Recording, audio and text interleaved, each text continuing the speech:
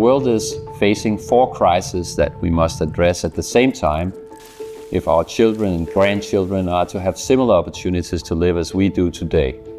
First, there's the climate crisis.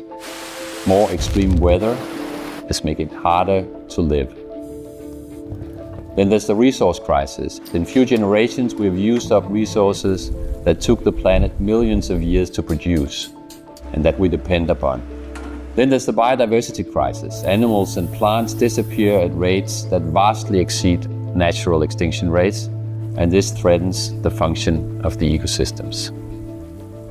Finally, there's the pollution crisis. Chemicals are harming all living things to the extent that it's getting harder and harder for them to reproduce.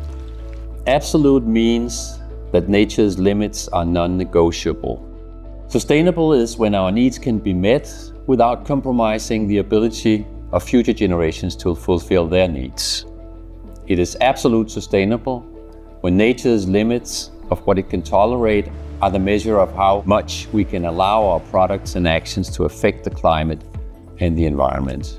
When we address all 4 crises simultaneously in our solutions, we don't risk moving the problems from one crisis to another. The solution is to consume less in all aspects of life, but we also need to find solutions that minimize the impact of our consumption. New technology can make a difference, but new technology can also create new challenges. The LED is a good thing for the environment, right? This is an LED bulb. It's about 90% more efficient than a traditional incandescent bulb.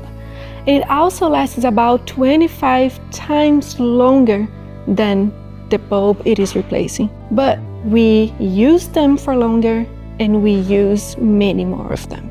This is due to rebound effects, which are behavior and systemic changes that undermine the potential sustainability benefits of new products, new technologies, and new systems.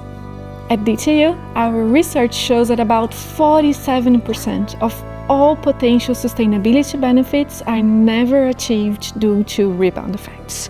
And it's not only about lighting services, but also car sharing systems, biodegradable packagings, house retrofitting practices, and also food sharing activities, among many other areas. To achieve the full potential sustainability benefits, it's extremely important that we prevent those rebound effects from happening from the very early stages of design, so that a good idea doesn't turn into a bigger problem. At DTU, we are creating innovative simulation models to prevent rebound effects from the very early phases of design. By understanding how new technologies, new products, and new systems influence behavior and undermine the potential sustainability gains, we are able to devise design strategies that enable us to prevent rebound effects from the very beginning. And this is at the core of our research on design for absolute sustainability. At DTU, we are working to find solutions that take all 4 crises into account. We quantify the challenge, we find solutions, and then we work to bring them to life.